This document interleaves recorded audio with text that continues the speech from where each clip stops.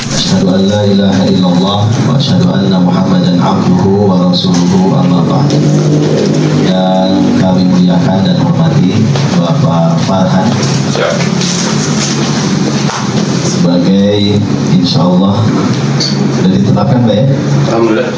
Wali kota terpilih, tinggal nanti nunggu pelantikan. Mudah-mudahan lancar, sehat.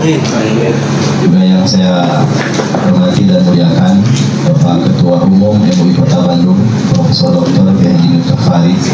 Yang saya hormati dan muliakan Waketum Dewan Pertimbangan Dr. Kiai Semas, juga pengurus harian yang insya Allah banyak yang hadir. Pertama, ahlan wa sahlan biqudumikum wa hudurikum. Selamat datang di kantor bersama kumpulnya para ulama dari berbagai ormas kantor MUI Kota Bandung. Kemudian yang kedua, sebelum sambutan dari Bapak Ketua Umum, mungkin kita akan mendengarkan dulu informasi umum dari video. Silakan. Alihi wa sahbihi ajmain.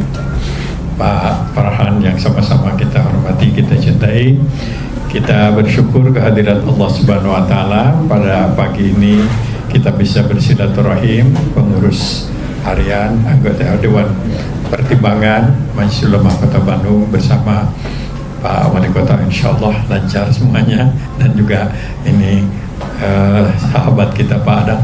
Terima kasih hatur nuhun Adang. Kita bersyukur juga bisa bersilaturahim, mungkin bukan yang pertama ya, tapi dengan lembaga ini kita termasuk as-sabiqun al-awwalun, ini bisa silaturahim dengan Pak Wali. Mudah-mudahan ini juga bisa berdorongan kepada semua para ulama untuk terus mengawal beliau bisa menjadi wali kota yang sukses, wali kota yang berhasil dapat membangun Bandung agamis sebagaimana yang sudah lama kita canangkan, kita perjuangkan. Amin ya Allah ya rabbal alamin.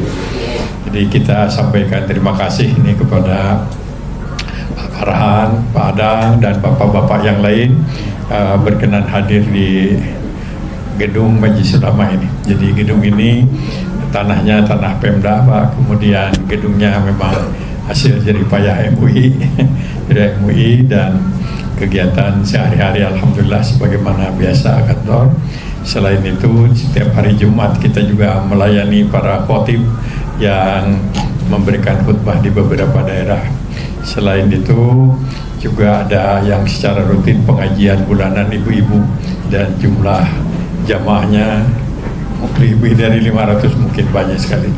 Di gedung ini juga ada perpustakaan yang bisa dimanfaatkan oleh para ulama, juga para tamu yang sering datang. Alhamdulillah sampai sekarang ini MUI Kota Bandung mungkin termasuk salah satu majelis ulama yang banyak dikunjungi oleh MUI daerah, dari mulai Aceh, Sumatera Utara, Sulawesi, dan banyak daerah yang sering datang ke sini. Alhamdulillah. Dan yang tidak kalah pentingnya, kami adalah pengurus majelis ulama yang juga senantiasa dekat bersama-sama Pemda, dan mudah-mudahan ini bisa kita lanjutkan untuk saling membantu, ya, untuk bersama-sama ngehuyuk masyarakat di Kota Bandung ini. Dan MUI sendiri memang sudah menggariskan bahwa MUI ini salah satu tugasnya adalah mendampingi umaro, untuk bersama-sama umaro, merawat umat, membina umat, juga memperjuangkan hal-hal yang menjadi program pemerintah. Alhamdulillah sampai sekarang ini hubungan kami sudah berganti beberapa wali kota. Alhamdulillah sangat baik, penuh pengertian, dan kami rasanya akrab betul, sehingga ada silaturahim rutin, kunjungan rutin juga. Dan mudah-mudahan Pak Farhan juga bukan untuk sekali ini berkenan hadir di MUI ini, mungkin ada kesempatan-kesempatan lain.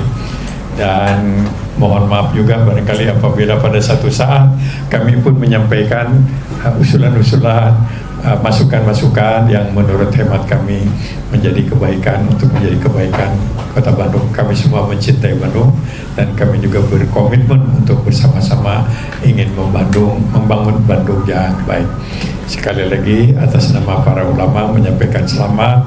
Mudah-mudahan Bapak diberikan kekuatan lahir, kesehatan jasmaniah, rohaniah, dapat membangun, memimpin Kota Bandung ini dengan baik, dengan di bawah naungan ridho Allah Subhanahu wa Ta'ala. Bila ada hal-hal yang kurang berkenan, kami mohon maaf. Jadi yang hadir sekarang ini barangkali saya detail saya sampaikan. Di samping saya ini Sekretaris Umum Dr. Asep, kemudian ini juga Profesor Dr. Asep lagi, Wakil Ketua Umum. Ini agak banyak Asepnya. Ini ada Dr. Syukri, sekaligus beliau ini Komandan Zakat Jawa Barat,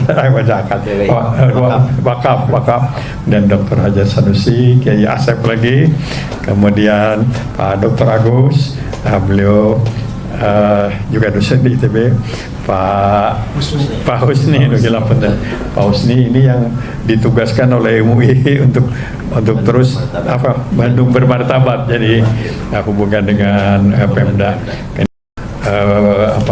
Bang Jabar, kemudian ini Pak Kiai Asep lagi, ini bidang fatwa, ini Dr. Arsyad bidang ekonomi, ini sudah terkenal nih Dr. Tata bidang dakwah, ini Pak ada, dan ini juga salah seorang sekretaris Dr. Budi. Ada beberapa yang tidak bisa hadir karena sedang berada di luar kota.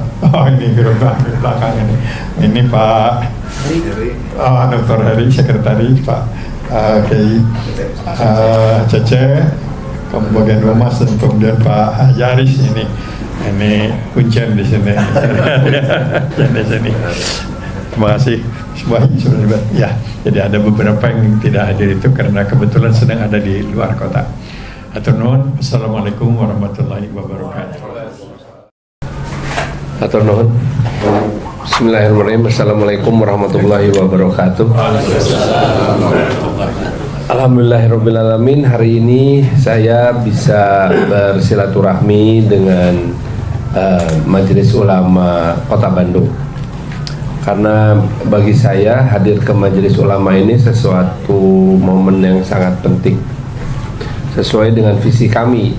Visi kami kan unggul, terbuka, amanah, maju, dan agamis. Jadi keberadaan para ulama menjadi penting. Itu sebabnya sekretaris tim pemenangan kami juga Kang Adang, yang punya darah ulama tapi masih bertahan jadi dosen, belum mau jadi ulama. Ya, alhamdulillah, terima kasih sekali lagi Bapak sekalian, para ulama telah menerima kami. Kami menyadari bahwa kami ini kalau diukur secara keilmuan masih jauh dari kemampuan, diukur dari secara kesolehan juga wah sekeneh diajar. Kami sebagai politisi menyadari bahwa kami ini tumbuh dalam sebuah alam pragmatis, di mana kami melihat bahwa kepentingan dan target jauh lebih penting daripada kematangan jiwa dan kematangan psikologis gitu ya, kematangan pemikiran, dan bahkan kadang-kadang mengabaikan moralitas. Itu sebabnya kami merasa perlu untuk memajukan sebuah visi kami di antara 5 visi itu, yaitu visi agamis. Bagi kami, agama itu bukan sekedar sebuah ritual. Kami menyadari bahwa dalam perjalanan hidup kami yang masih singkat ini, melihat berbagai macam kejadian gitu, kami merasa bahwa sebetulnya bukan perangkat hukum yang kurang, tetapi justru bagaimana hukum tersebut dipatuhi dengan baik. Itu masalah nama itu. Saya mengerti betul bahwa kota Bandung ini harus jadi kota terbuka. Pada saat bersamaan ketika kita menjadi kota yang terbuka, maka mau tidak mau kita harus siap menerima risiko masuknya nilai-nilai yang menyimpang.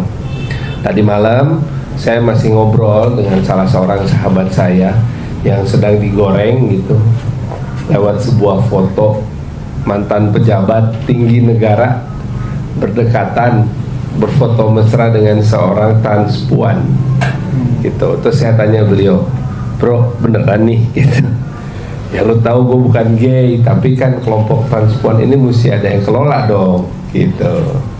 Nah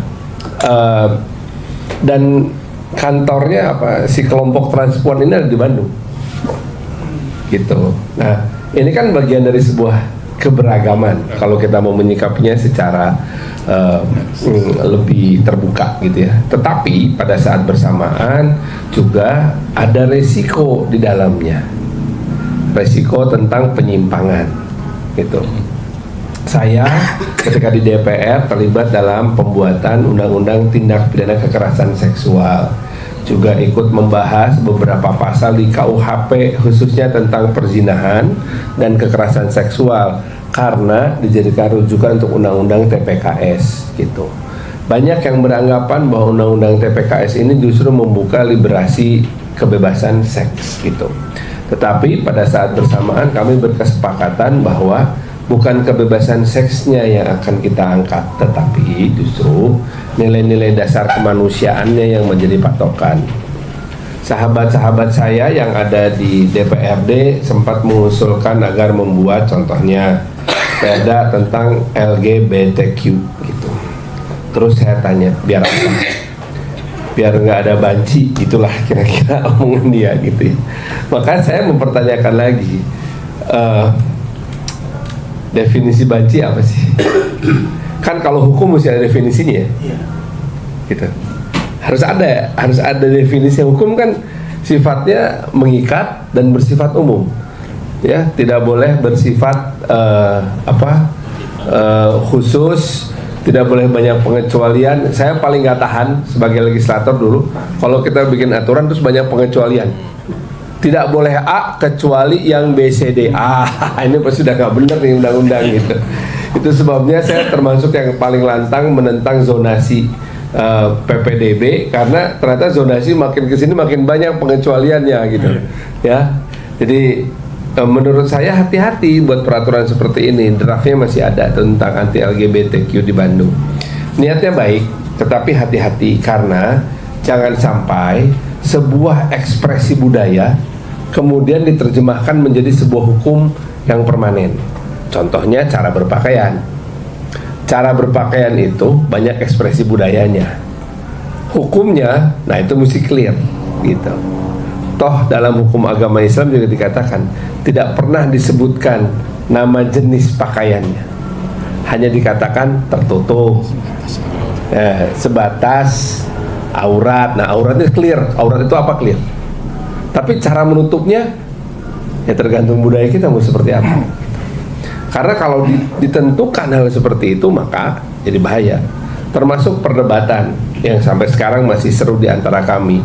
Ini menunjukkan bahwa saya hanya ingin menunjukkan bagaimana pergolakan pemikiran di antara para politisi sekarang ini menyikapi masalah LGBTQ salah satunya. Untuk mencegah hubungan sesama jenis, oke, saya bilangin, saya akan mengambil posisi berbeda soal hubungan sesama jenis. Hubungan sesama jenisnya apa? Oh, mereka berhubungan seks, udah ada di Undang-Undang TPKS sama di KUHP, clear, namanya anti perzinahan, nggak boleh zina. Oh, tapi ini spesifik zina sejenis. Oh, ini lebih umum. Ini lebih umum. Saya bilangin, jangan sampai kita bikin hukum yang seolah-olah mengatakan bahwa berzinah dengan lawan jenis lebih tidak berdosa daripada berzinah dengan sama jenis. Hati-hati, saya bilangin, nanti kita bikin seakan-akan penafsiran hukum agama baru loh gitu. Yang penting perzinahan yang kita cegah. Satu. Kedua, bagaimana perkawinan? Kalau itu clear, perkawinan sesama jenis tidak boleh, karena itu menyangkut institusionalisasi. Nah, institusionalisasi itu yang kita larang. Tidak boleh ada institusionalisasi LGBTQ. Begitu.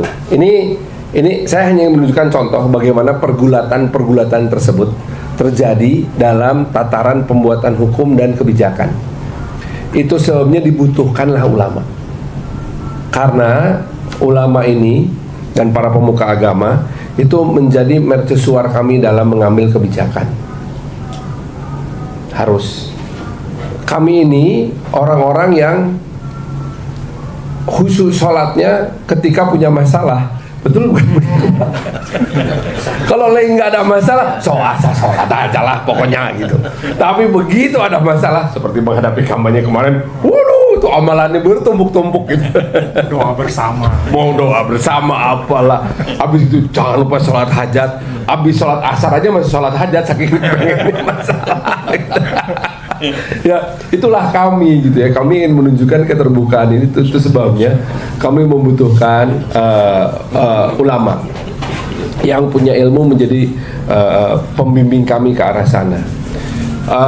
Saya juga bertemu dengan Kiai Haji Atian Ali. Saya bertemu juga dengan para pemuka NU, Habib Syarif dan lain-lain gitu. Tapi saya tidak menemui kelompok-kelompok pengajian kembar, kelompok Syiah. Juga tidak menemui kelompok-kelompok Ahmadiyah gitu. Bukan tidak berkomunikasi, tapi saya mengatakan kepada mereka, saya tidak bisa saya mengatakan anti kepada ajaran Syiah maupun Ahmadiyah, karena ilmu saya juga masih cetek untuk mengatakan saya anti itu. Hanya dulu saja saya melihat ayah saya berdiskusi, berdebat dengan mereka ketika saya sebagai seorang remaja dipaksa sama ayah saya, diam kamu di pojok tonton gitu. Saya melihat ayah saya berdebat gitu, ya udahlah ya, saya juga nggak ngerti apa-apa gitu. Tetapi Kak Haji, sekarang juga ada dua hal yang sedang kita sasar gitu, yang intinya adalah melakukan edukasi kepada perubahan perilaku masyarakat. Contohnya sampah. Sampah ini saya sudah berbicara dengan Wakil Menteri Lingkungan Hidup, saya sudah berbicara juga dengan PJ Gubernur dan juga dengan Gubernur terpilih yang mengatakan bahwa urusan teknologi sampah itu urusan orang atas, provinsi dan pemerintah pusat. Lah kita di kota ngapain? Tolong dipilah sampahnya. Setelah kita urut-urut, memilah sampah ini kan masalah perilaku, bukan masalah pengetahuan saja. Tapi bahwa ketika melihat sampah ini contohnya gitu, saya harus secara punya keinginan untuk memisahkannya, memasukkan ini ke dalam kotak warna kuning dan punten ya, memisahkan. Misalnya saya makan sus ini hanya separoh, saya harus buang ke kotak warna hijau. Itu kan perilaku. Nah ini yang ingin saya pelajari betul bersama dengan teman-teman, termasuk juga masalah angkutan umum. Angkutan umum berbasis elektronik ini bisa mengubah perilaku yang luar biasa. Saya menyaksikan sendiri di kota Bandung. Kalau pakai angkot itu naik turun angkot semuanya nggak ada yang sopan. Kadang-kadang kalau uangnya kurang, uangnya dilempar aja terus kabur. Terus saking sakit hati supirnya uangnya diambil dilempar lagi. Tuh jadi sementara kalau pakai Transmetro Pasundan, ya Transmetro Pasundan Parahyangan sih TMP ya, yang kecil yang listrik, yang semua orang harus ngantri masuk dari depan di tap, keluar dari pintu belakang dan di tap. Yang menarik adalah anak sekolah dan anak mahasiswa yang turun dari bis itu semuanya sebelum turun itu berseru kepada supirnya, terima kasih Pak Supir gitu. Perilaku ini terlihat sangat kentara. Kalau bapak-bapak sempat nanti mampir di perapatan PT Inti, Anda akan melihat perbedaan perilaku sopir angkot, sopir TMP, sopir TMB, dan para penumpangnya juga perilakunya berbeda. Nah, yang saya incar, yang kami incar ini bukan ganti angkotnya, tapi bagaimana penumpang angkot dan supir angkot berubah perilakunya. Gitu. Karena kalau pengadaan mah gampang, eta mah selesai gitu Pak Haji. Kalau pengadaan gampang, tapi mengubah perilaku driver dan mengubah perilaku penumpang, nah itu PR kita bersama. Nah, hal-hal ini saya kira ya menjadi bagian dari upaya kita untuk melakukan rekayasa sosial, dan berdasarkan pengalaman kita dalam berhidup berkebangsaan ini, Majelis Ulama memiliki peran yang sangat besar dalam mengubah atau merekayasa perilaku masyarakat menuju ke arah yang baik. Itu inti yang ingin kami sampaikan, bagaimana bahagianya kami berdua bisa hadir di Majelis Ulama ini dan memulai komunikasi ini secara intens. Saya kira dari saya cukup sekian dulu. Wabillahi taufiq wal hidayah. Wassalamualaikum warahmatullahi wabarakatuh. Waalaikumsalam warahmatullahi wabarakatuh. Terima kasih banyak atas informasinya. Kemudian sekarang diminta juga wakilnya ya untuk memberikan kata, silakan. Izin Pak ya, dosen abdi ya. Assalamualaikum warahmatullahi wabarakatuh. Waalaikumsalam. Alhamdulillahi wa kafa. Wassalatu wassalamu ala rasulih Mustafa wa ala alihi wa sahbihi wa man ihtada ma'badu. Saya banggakan mungkin Bapak Wali Kota. Siap. Pak Farhan. Yang saya muliakan dan paling saya muliakan bagi Haji Miftah Farid, yang saya muliakan seluruh para ulama, apalagi yang hadir di sini, dan semua panitia mungkin ya, pada Pak Ustadz Adang juga.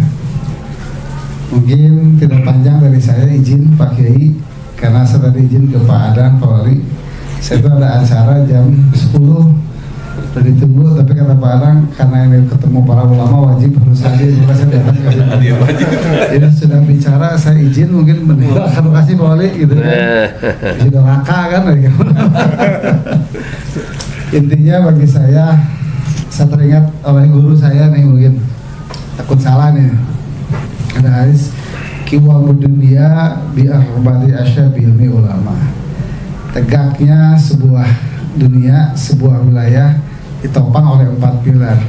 Pertama, Allah menempatkan ilmunya para ulama. Nah itu sekarang hadir para ulama, para kiai di kota Bandung yang akan menjadi penyejuk penang bagi kita sebagai umaro lah saat ini. Yang kedua, wabi adil umaro, adilnya para pemimpin. Insya Allah kami berdua akan hadir menjadi pemimpin yang amanah di kota Bandung ini, menjadi pemimpin yang adil, karena kami punya tujuan. Jadi pemimpin ini bukan semata-mata untuk dunia, tapi semata-mata untuk akhirat juga. Saya teringat juga oleh guru saya dibilang, kalau kita menjadi pemimpin yang adil, katanya sab'atu yudiluhumullah, 7 golongan orang yang dalam naungannya, fi dilihi yaumaladila, pada di mana tidak ada naungan, gitu kan, illa diluhu, kecuali itu alimul adil, pemimpin yang adil. Insya Allah kami berdua akan hadir menjadi pemimpin yang adil pada tahun ini. Yang ketiga, wabisyahawati adniya, dan semuanya orang kaya. Makanya kami nanti mungkin akan menyatukan Pak terkait bantuan, baik bantuan dari pusat, dari bantuan dari Basnas, dari bantuan dari CSR. Ini harus satu pintu Pak nanti itu. Jangan sampai kayak jalan kemarin tumpang. Jadi yang dapat itu aja, karena berdasarkan kepada PKS. Yang keempat mungkin wabidua il fuqara, doanya orang fakir. Nah ini yang mungkin yang akan kita utamakan yang keempat ini. Karena kami meyakini di saat empat pilar ini bersatu, berkolaborasi, sinergi, kami yakin mudah-mudahan Bandung bisa menjadi Bandung yang badatul. Itu patokan saya mungkin para Pak Kiai, para ulama, Pak Kiai. Jadi saya dengan Om Farhan punya keinginan Bandung ini betul-betul dengan hati Pak, dengan apa itu ibadah. Terkait program-program kami, mungkin nanti kami akan banyak minta saran apapun ya, terkait kira-kira apakah kami ini salah, tidak ada ridho dan lain-lain. Makanya termasuk juga program UMKM, karena kami ini punya keinginan bisa menghapuskan Bank Emok Pak di Kota Bandung ini dengan program UMKM yang kami akan luncurkan. Kedua, kami juga sangat prihatin dengan kondisi Kota Bandung saat ini. Minuman keras dijual bebas di mana-mana. Nah ini mungkin perlu sinergitas antara ulama umaro ya. Umaro ini kan posisinya itu termasuk juga para polisi Pak, para polisi APH dan lain-lain. Nah kami mungkin nanti akan minta saran bagaimana caranya supaya polisi juga bisa bertindak tegas di dalam pemberantasan miras yang dijual umum Pak, umur 12 tahun, 10 tahun sudah minum narkoba dan lain-lain. Itu mungkin perlu para ulama ini, makanya kami akan membuat rumah tahfidz dan untuk dibangun Pak di tiap daerah. Mungkin saran dari para ulama, para kiai bagaimana polanya supaya rumah-rumah tahfidz itu bisa membentuk akhlakul karimah ya gitu, dan spirit ibadah yang sangat baik di mata masyarakat seperti itu. Itu saja sih mungkin dari saya, karena programnya mungkin kita banyak program, termasuk sampah, termasuk tadi mungkin sama Om Farhan sudah dibahas. Intinya kami sangat ingin sekali masukan, nasihat, juga apapun. Yang pasti kami ini sebagai pemimpin jangan sampai salah melangkah. Minta doanya kepada para ulama, betul-betul kami ini lamun rek benerke jadi bener Pak. Ya. Jadi pas rek benerke diingetan, kudu diudahkeun ke para ulama ya, para MUI ini sing bener Ewin Farhan kan gitu. Ulah sampai ke korupsi yang lain-lain lah. Jadi hati abis disieunkeun gitu kan, kalau teu bener teh kan gitu kan. Nah, ini kan mungkin para doanya para ulama kan gitu. Itu saja sih Pak Kiai mungkin yang bisa saya sampaikan. Sekali lagi saya terima kasih, suatu kebahagiaan bagi saya bisa ketemu para ulama, para Kiai, karena pintu berkah di situ yang akan kita dapatkan. Nah, malu saya ada guru. Oke, Haji Asep terima kasih, Pak Kiai Haji Tafarid terima kasih, semuanya terima kasih. Ihdinas siratal mustaqim, walahul muwaffiq wa thoriq. Wassalamualaikum warahmatullahi wabarakatuh. Waalaikumsalam warahmatullahi wabarakatuh.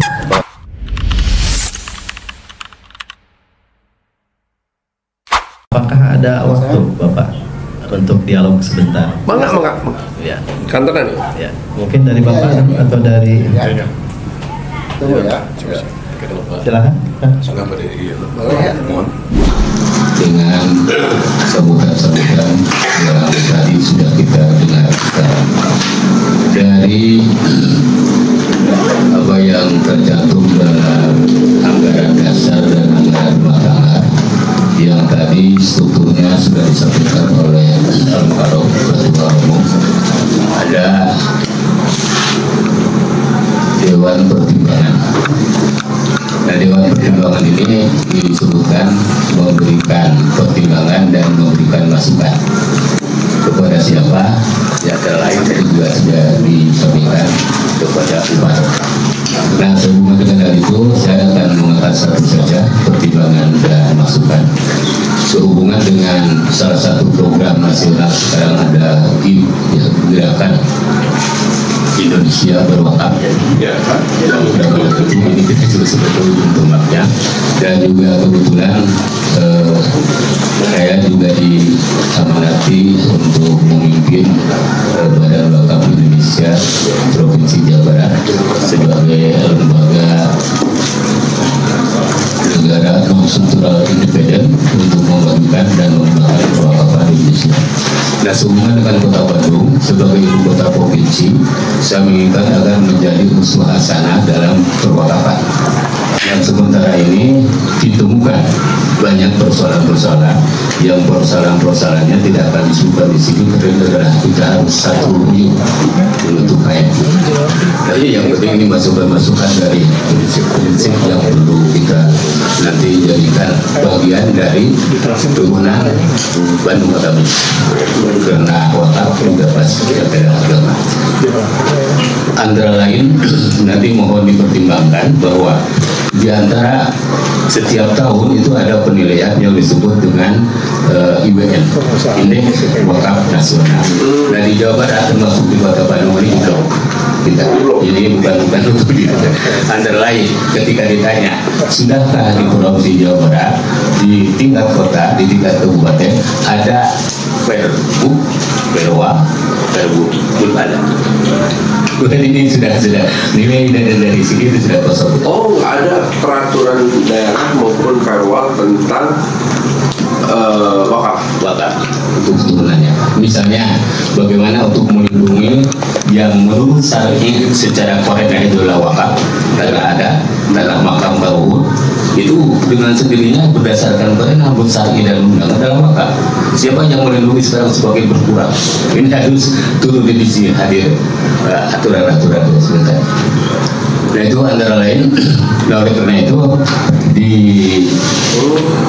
di Kota Bandung ini dan juga terjadi ketumpang tindih. Nah konkretnya antara adalah mohon untuk juga jadi pertimbangan dimasukkan dari program Bandung Agamis ini. Itu pernah ada gerakan gesit, gerakan sertifikasi tempat ibadah. Nah gesit ini ketika almarhum Pak Hode itu menargetkan 500 masjid, 100 belum sampai, entah 70 80 yang baru tersertifikatkan. Nah sementara sebagai norma dari berbagai aturan hukum positif ini itu fatwa Majelis Ulama salah satu sumber. Nah Majelis Ulama memfatwakan nomor 154 2004 bahwa setiap tempat di atasnya masjid itu dengan sendirinya wakaf. Nah oleh karena itu dari gesit tadi kita sudah memulai ini di Kota Bandung, itu harus teruskan. Tapi problemnya nanti bahwa masjidnya itu adalah wakaf, tapi tempatnya berdasarkan fatwa tadi itu bukan wakaf. Nah ini nanti akan menjadi konflik dan sedang konflik. Sudah banyak konflik. Dan kemudian juga nanti akan ditemukan kebijakan-kebijakan yang bertentangan dengan undang-undang wakaf nomor 1 tahun 2004 itu. Nah misal nanti ketika ditemukan, ini mohon maaf, jangan sampai nanti menjadi kontraproduktif ketika kita menyelesaikannya. Sebab bisa jadi nanti ditemukan bahwa wakaf itu berubah jadi hibah atau dihibahkan, bahkan ke wakaf. Ketika wakaf dihibahkan itu kan melanggar undang-undang yang dibuat oleh pemerintah sendiri. Gitu. Ya, tidak boleh dihibahkan, tidak boleh dijual, tidak boleh diberikan dan seterusnya. Ini bisa jadi akan ditemukan bahwa ini sudah wakaf, sudah awalnya ada, tapi ini dihibahkan. Nanti yang mau hibahkannya itu sendiri misalnya nanti akan berhadapan dengan kesiapannya itu sendiri, nanti akan ditemukan sendiri. Tapi dari hal ini kami menginginkan bahwa ketika itu terjadi dan mudah-mudahan ini tidak menjadi bagian dilakukan ke kotak pelaporannya. Jadi sudah mulai laporan-laporan tentang perkeliruan tentang wakaf ini langsung dan sudah melakukan bagaimana banyak juga yang laporannya hoax. Kita belum tahu. Jadi itu saja masukan dari kami dari Dewan Pertimbangan bahwa bagian dari Bandung Agamis yang sudah berjalan adalah gesit diteruskan dan dengan juga nanti hal-hal penertiban wakaf itu kami siap, sudah punya aparat juga ada BWI tingkat 2 dan sekarang mungkin sebentar lagi kalau tidak akhir bulan Desember dari awal akan ada launching wakaf. Nanti launchingnya dengan Kementerian Agama dan dengan Pemda. Nah, Kementerian Agama nanti akan menjadikan wakaf uangnya itu calon pengantin yang catit yang teman-teman lain di provinsi yang lain sudah berjalan. Kemudian ada calon jemaah haji dan jemaah umroh, itu nanti sebagai calon wakil yang digerakkan oleh itu.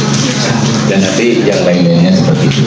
Oleh karena itu, jadi ketika ini sudah nanti Bandung Agamis sudah sejalin dengan kaitan program perwakafan. Setelah itu hanya satu urusan saja dari Ketua Dewan Pertimbangan, dan sekali lagi selamat, semoga Pak Farhan sesuai dengan nama itu sebagai doa, jadi supaya gembira. Wassalamualaikum warahmatullahi wabarakatuh.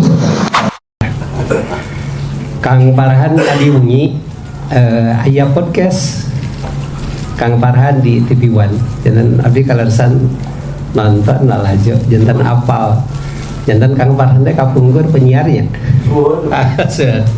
Sareng lami di naon namina teh sering sauna ka pasar ka ditu ka dieu. Nu mabi insyaallah kita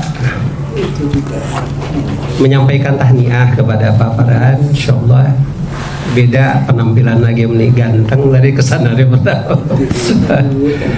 Dan karena memang sudah sangat memahami tentang Kota Bandung, insyaallah Pak Farhan dapat melaksanakan program-program yang bisa memberdayakan.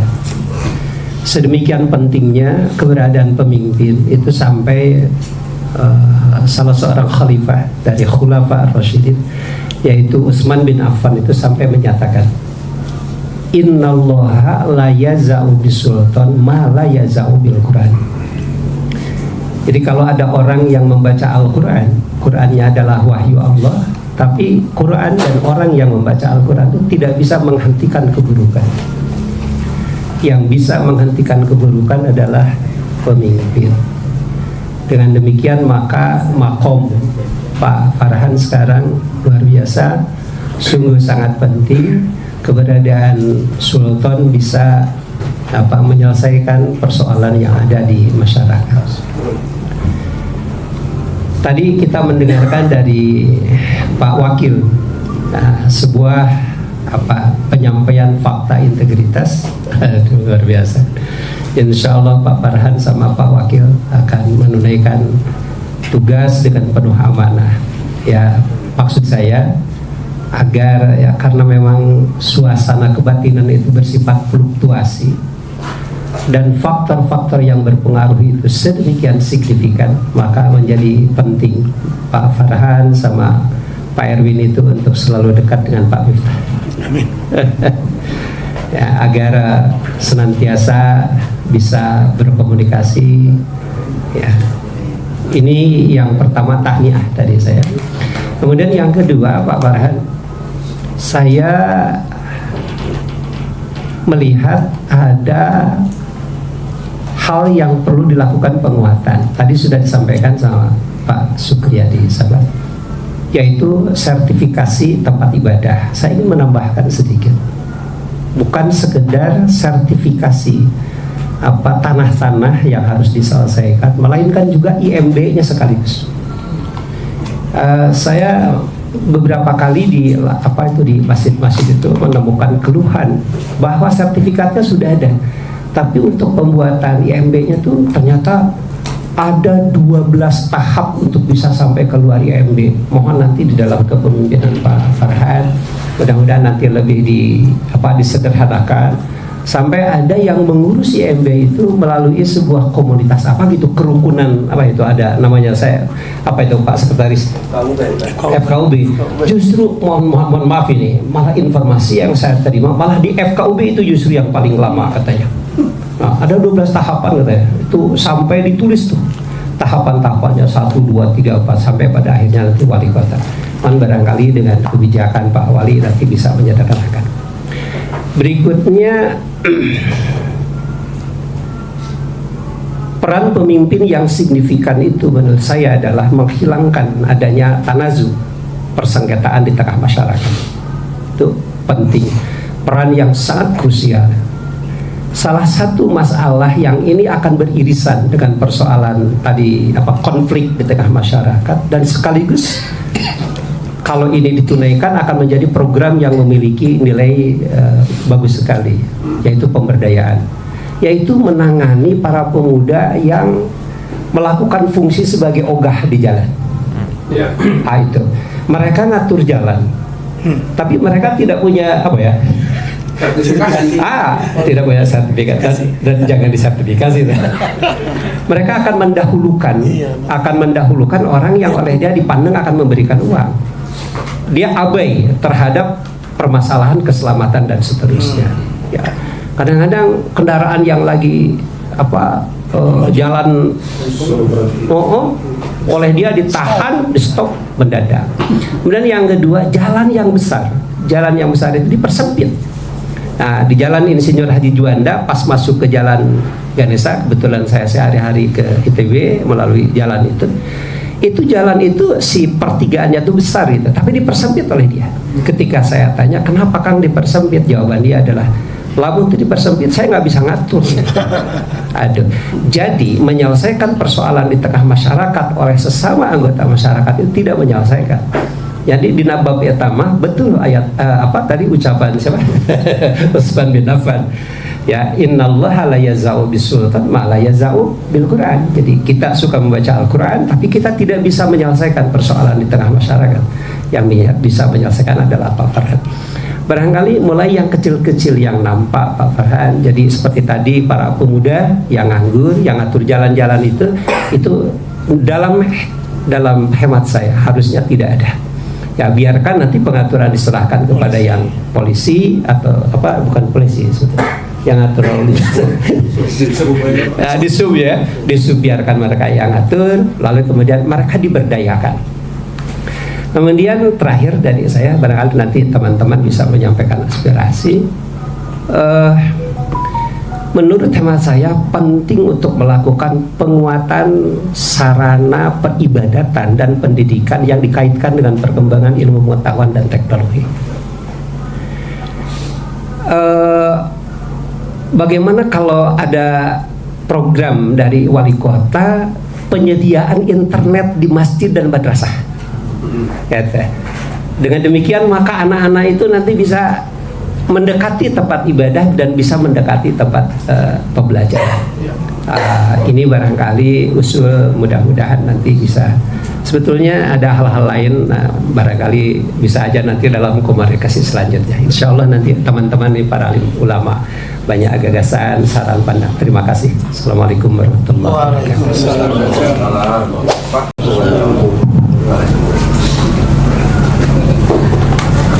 Bapak-bapak dan khususnya Bapak Wali Kota terpilih yang sebentar lagi akan menjadi wali kota insya Allah.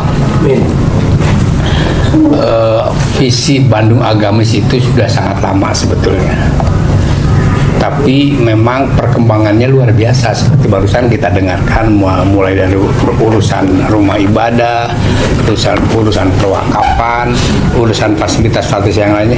Jadi menurut saya dibutuhkan proses kontekstualisasi Bandung Agamis. Nah, untuk itu Majelis Ulama Indonesia Kota Bandung sebagai salah satu mitra dari pemerintah Kota Bandung insya Allah akan siap terlibat dalam proses kontekstualisasi itu. Disinergikan dengan dengan ketersediaan, dengan dengan keleluasaan pemerintah Kota Bandung, maka pimpinan atau pengurus MUI Kota Bandung akan siap terlibat dalam proses kontekstualisasi visi Bandung Agamis itu. Visi Bandung Agamis memang tidak bisa dihindarkan. Dilihat dari kesejarahannya, Kota Bandung ini memang dikenal sebagai kota yang religius, kota yang penuh nilai-nilai keagamaan, baik masyarakatnya, pemerintahnya, maupun para penopang yang lain. Jadi menurut saya memang visi Bandung Agamis ini, oleh karena itu hampir setiap wali kota memimpin Kota Bandung selalu memasukkan visi Bandung Agamis ini. Jadi sekali lagi, untuk lebih relevannya dengan tuntutan kekinian perlu dikontekstualisasi, dan oleh karena itu mari kita bersama-sama antara MUI Kota Bandung yang menjadi leading sektornya sejak awal dengan pemerintah Kota Bandung untuk mengkontekstualisasi sesuai dengan tuntutan. Saya kira itu saja Pak Wali. Terima kasih. Assalamualaikum warahmatullahi wabarakatuh.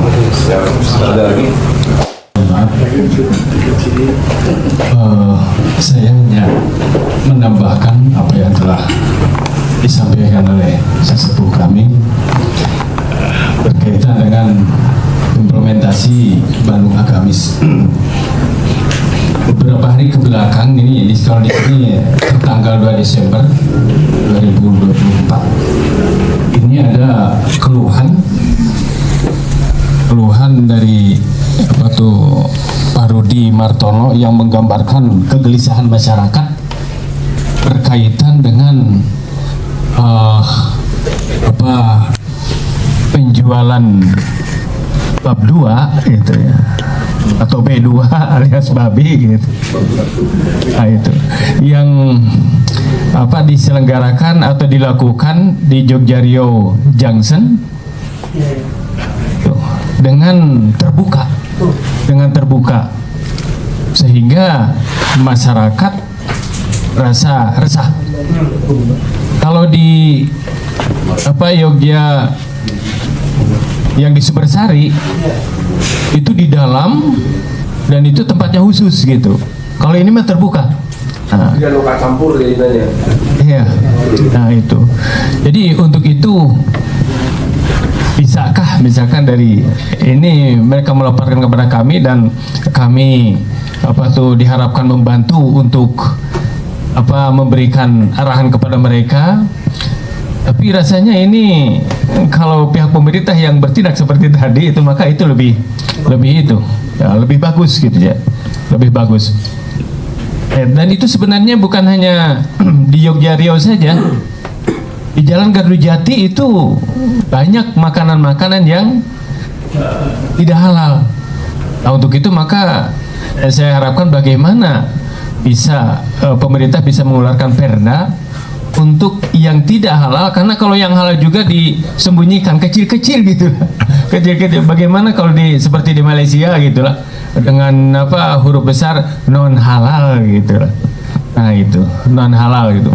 Karena kami pernah membeli bubur di jalan itu Gardu Jati.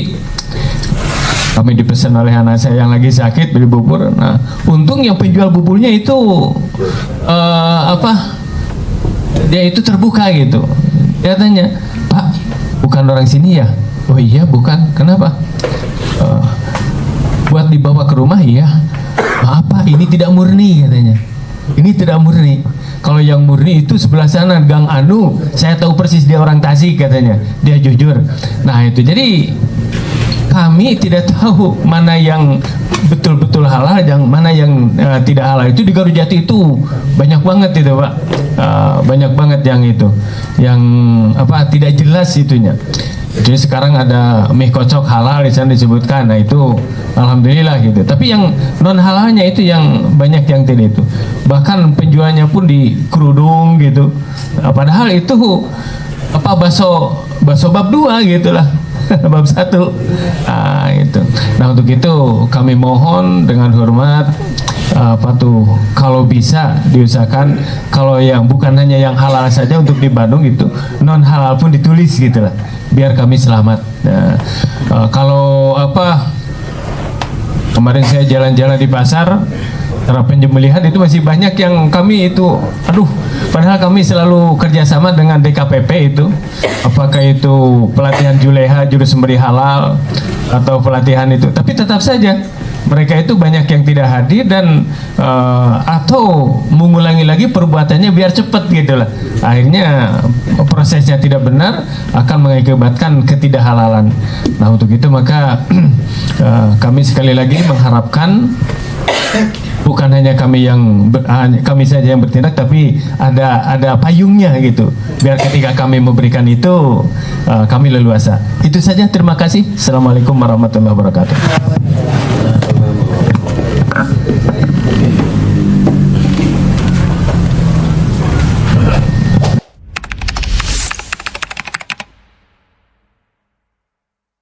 Harus kita prioritaskan, terutama memang untuk menyamakan dulu visi tentang apa itu terjemahan dan turunan dari Bandung Agamis gitu ya.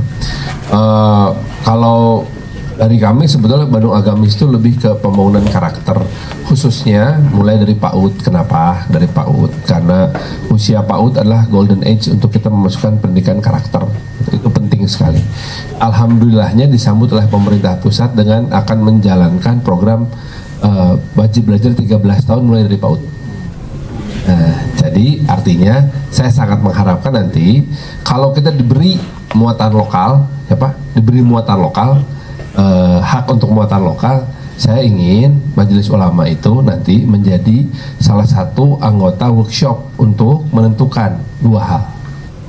Satu, standarisasi kurikulum berkarakter khusus untuk PAUD, karena pengembangan PAUD mereka sekarang ada di Ungaran. Bagus tuh. Tapi ya kita tunggu nanti seperti apa, kita akan sampaikan untuk matching. Yang kedua, ini permintaan para ibu bekerja. Saat ini sudah menjadi sebuah kenyataan, rata-rata adik-adik kita, keponakan-keponakan kita, anak-anak kita, suami maupun istrinya kerja, anak nggak ada yang jaga. Maka untuk diserahkan ke neneknya sama ke kakeknya, ada palawur. Soalnya kia cina, ko abdi mah tak kenging mam permen, ari ku akhirnya jeung kuninina permen, we terus. No penting mah jempe. Banyak di antara mereka itu akhirnya mengharapkan adanya tempat penitipan anak atau daycare. Kami melihat daycare ini penting untuk kemudian dilembagakan dengan baik, yaitu dengan cara menentukan standarisasi lembaga penitipan anak yang baik dan benar. Karena kasusnya banyak kan ya. Nah ini standarisasi. Memang nanti pemerintah kota tidak akan membuat daycare, bikin 1-2 lah sebagai percontohan. Tetapi standarisasinya ini yang penting, yang akan dibarkan ke semua lembaga-lembaga. Itu sebabnya menjawab kegelisahan Pak Asep tadi, standarisasi inilah sebetulnya merupakan diksi yang paling pas untuk menjawab permasalahan Anda. Bagaimana standarisasinya? Itu sebabnya kan Ustadz Haikal ditunjuk untuk memimpin lembaga halal, badan halal itu. Dan sekarang semua kuliner di Kota Bandung sedang sibuk melakukan sertifikasi halal. Harapannya apa? Harapannya bahwa orang itu sekarang kalau mau beli apa-apa, kalau nggak ada sertifikasi halal nggak mau. Itu. Ini bagian dari sebetulnya dilihat dari sisi ekonomi itu adalah proteksi non-barrier, proteksi non-tarif barrier, proteksi non-tarif barrier terhadap produk-produk makanan asing yang kita nggak tahu, nggak ada label halalnya. Itu. Dan nanti memang si halal ini dikembangkan lebih dari sekedar mengandung babi atau tidak. Itu. Tetapi juga pengerjaannya seperti apa. Itu. Kan pada dasarnya nanti si lembaga halal ini harus dikembangkan menjadi lembaga yang menentukan halal adalah hal-hal yang baik lah gitu kira-kira ya. Gitu. Proteksi yang mau kita incar sebetulnya salah satunya adalah buah impor. Buah impor tuh sekarang sangat mengancam, Pak, Bu. Bapak Ibu pasti menyadari sekarang mah lebih murah beli buah impor dari jeruk impor daripada beli jeruk Garut. Dan jeruk Garut mah geus langka, mahal, tantang tuh amis deh. Jadi, nah tujuannya itu salah satunya proteksinya itu. Yang masih bisa terproteksi apa? Masih ada pepaya, masih ada buah naga, buah-buah ini. Kalau ternyata misalnya nih si import bilang ini adalah buah yang menggunakan pupuk organik, kata si importir dari Amerika ini. Oke, maka si lembaga sertifikasi halal harus bertanya, pupuk organiknya naon wae? Oh, kotoran hewan. Apakah ada hewan yang bernama B1 atau B2? Boleh nggak kita nanya begitu? Itu bagian. Jadi kita harus melihat bahwa sertifikasi halal ini ya adalah bagian untuk memproteksi banyak orang. Jadi Kiai Asep, saya akan mengajak juga Kiai Asep bersama kami nanti mengawasi bagaimana perkembangan sertifikasi halal. Ini penting. Bahkan sekarang restoran-restoran kecil itu juga melakukan sertifikasi halal. Di sekitar rumah saya di Anggrek itu kan banyak warung-warung. Nah, warung-warung itu sekarang sedang dipaksa untuk ngisi formulir agar mendapatkan nomor izin berusaha. Dari nomor izin berusaha, dia akan mendapatkan keringanan untuk melakukan sertifikasi halal. Bahkan kalau ke Jalan Anggrek aya sate nu terkenal teh gini kan, wangi-wangi. Nah, itu juga kita paksa untuk mendapatkan NIB lalu ada dapat sertifikasi halal. Bagi saya mungkin lebih senang melihatnya modelnya kayak di Thailand, Pak. Di Thailand itu yang non halal nggak dikasih label. Jadi kalau kita mau ambil risiko, sok we gitu. Tapi yang halal semua ada stikernya besar-besar. Sehingga hari ini Thailand adalah negara kedua terbesar yang industri halalnya paling tinggi. Itu hanya karena cara melihat yang berbeda. Barangnya sama. Bahkan dia juga buah yang ada label halal. Saya nanya, label halalnya, oh ini organik karena kotoran hewan yang tidak beresiko. Kira-kira gitu. Ini bagian dari upaya kita, mudah-mudahan nih Babe Haikal nanti bisa memimpin dengan baik. Kritiknya masih banyak, kekurangan masih banyak, dan kita yang ada di daerah ini yang langsung berhadapan dengan market yang memang harus menyuarakan terus hal tersebut. Saya kira nanti kita akan sama-sama melakukan hal itu karena ini bagian dari edukasi. Sehingga nanti bagian edukasi ini juga tentu akan bersentuhan dengan masalah salah satunya rumah ibadah. Bapak-bapak, kami memang punya program. Programnya namanya adalah gini. Saya ingin melanjutkan namanya program Maghrib Mengaji sebetulnya. Tapi cek saya hari ngaji maghrib hungkul gitu. Santainya cek orang teh. Da baheula mah saya teh maghrib balik ka imah. Justru ngaji nama ti asar. Gitu. Artinya gini, boleh nggak namanya kita ganti dikit? Karena setelah saya lihat programnya, maghrib mengajinya ternyata alasan untuk Pemkot memberikan subsidi bagi para guru mengaji. Dan supaya katingali alus judulnya diberi judul maghrib mengaji itu, maghrib mengaji wah ngeunaheun cara gitu. Alasannya komunikasi publik, bukan alasan yang esensial. Hal yang sama akan kita terapkan sebetulnya, memberikan subsidi kepada rumah ibadah. Maka judul programnya nanti nomenklaturnya itu straightforward banget. Biaya operasional rumah ibadah. Itu biaya operasional rumah ibadah. Oh, mana eta mah? Silahkan diatur sendiri oleh DKM. DKM yang akan memanage. Nilainya berapa? Mungkin awal-awal nggak banyak dulu per tahunnya, tapi mangga di manage gitu. Apakah ternyata da ieu mah cenah DKM mah di Setrasari beuleuh kabeh. Asa teu kudu cenah honor. Jadi kumaha tuh? Ya ieu we jangan gambarkeun bocor mangga gitu.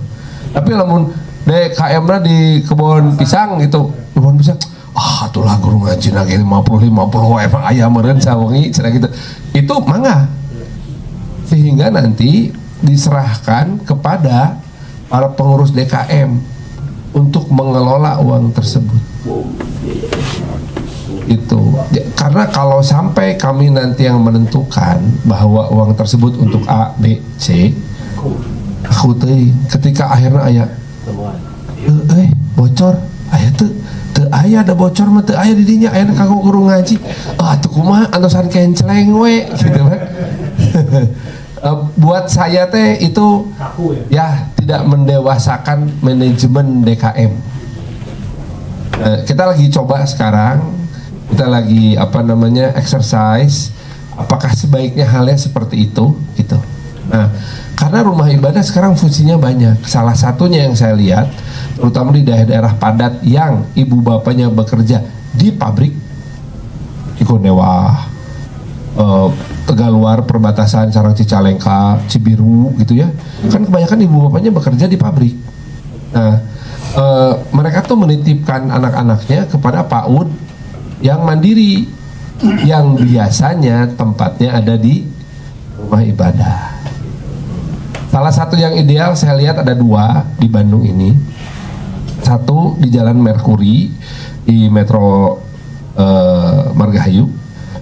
Itu bagus ya, dikelola dengan sangat baik oleh para ibu-ibu yang tidak bekerja, sehingga ibu-ibu bekerjanya bisa menitipkan anaknya dari usia 3 bulan setelah cuti menyusui, dari usia 3 bulan sampai usia 7 tahun, dari jam 7 pagi sampai jam 5 sore kan. Wah, ini keren, saya bilangin teh. Pada saat bersamaan di Cigondewa misalnya, yang rata-rata ibu-ibunya bekerja sebagai buruh KHTX, menitipkannya di PAUD yang ada di rumah-rumah ibadah, masjid, pengajian.